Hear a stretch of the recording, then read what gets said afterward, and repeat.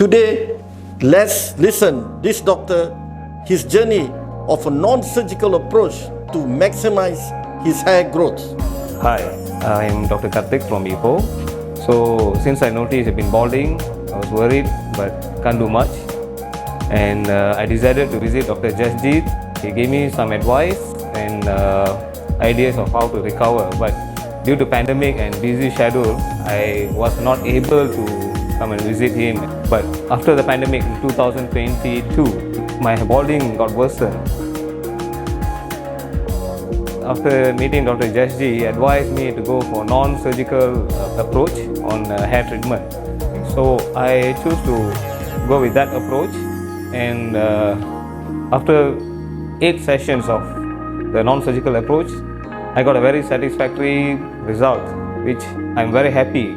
I eventually now can comb my hair and I can even stylish my hair, which I was not able to do it before. So I'd like to thank Dr. JasG again for all the effort and the treatment and advice which was given promptly for me to follow, and I'm happy to be what I am now. Thank you.